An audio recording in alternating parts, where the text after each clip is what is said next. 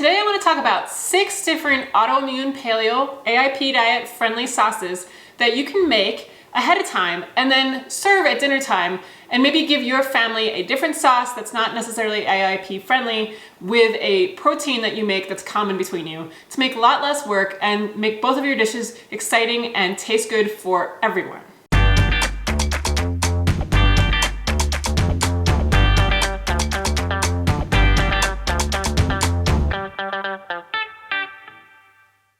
So back in my episode about doing AIP by yourself when your family's not, one of the things I mentioned that you can do is to make sauces to make your dish a little bit more exciting. I say to make like a protein, maybe like a pork chop or pork tenderloin, steak or whatever it is, and then just make it with like simple, like with salt or some herbs. And then you can give your family something like a sweet and sour sauce or a barbecue sauce from a jar or whatever it is. And then you can make yourself an AIP friendly sauce. So that way you can each have something that's gonna really kind of liven up your protein, but not necessarily have to go off your diet. And then your family can enjoy their dinner as well and not freak out that they have to eat whatever you are eating.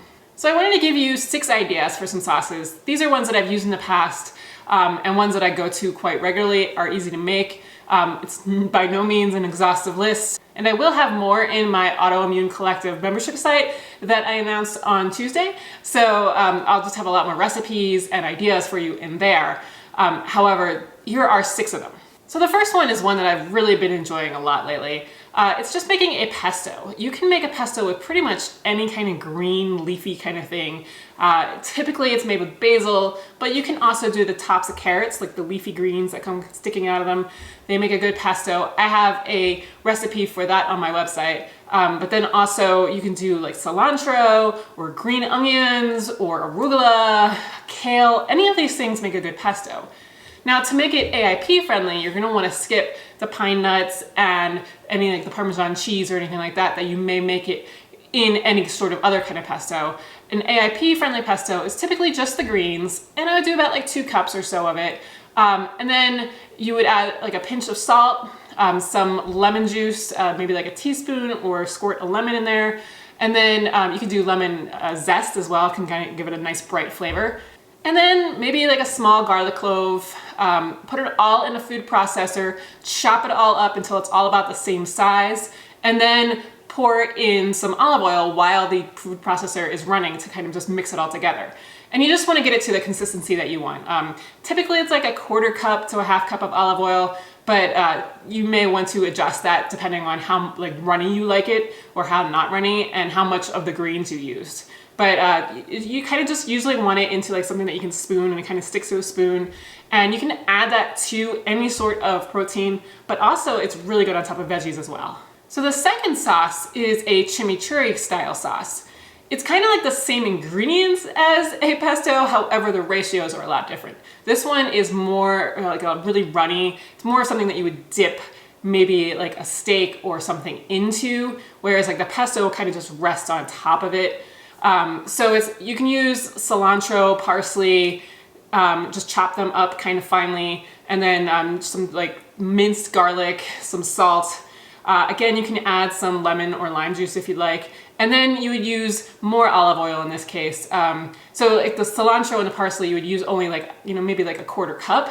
And then you would use like a 1/2 cup of olive oil in this case. And so like the cilantro and parsley and everything will just kind of float in the olive oil, and you just kind of all mix it together with a spoon. And again, this is good for dipping stuff into like steaks or pork or chicken, but also to pour over veggies as well.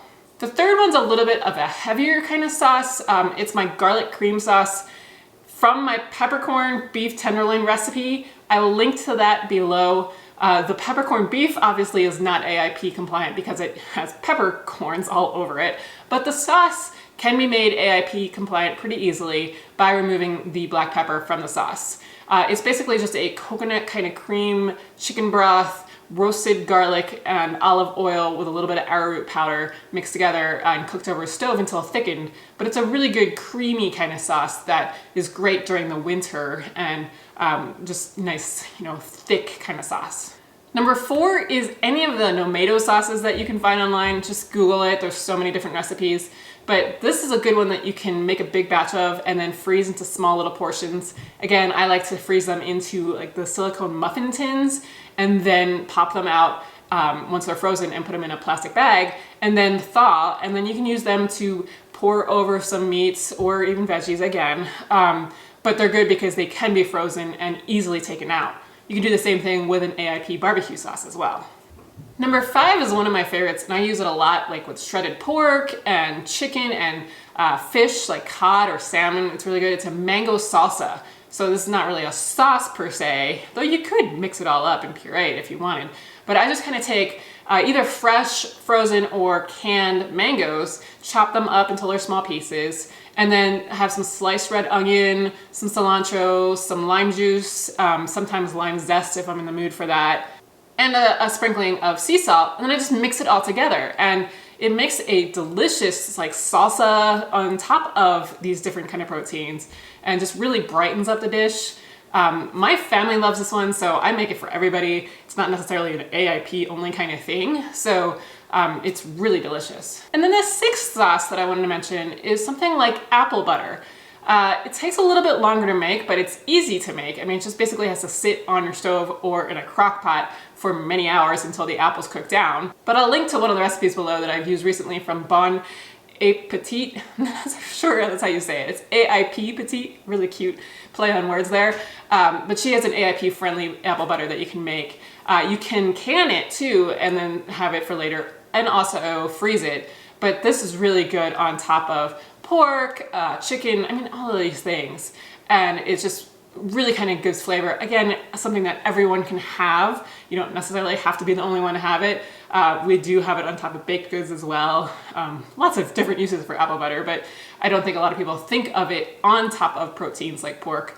And so going into the fall and winter, this is a really kind of delicious thing to have. So hopefully that's a good starting point for some sauce ideas that you can do to make for yourself and for your family if you want to see if they will like them too.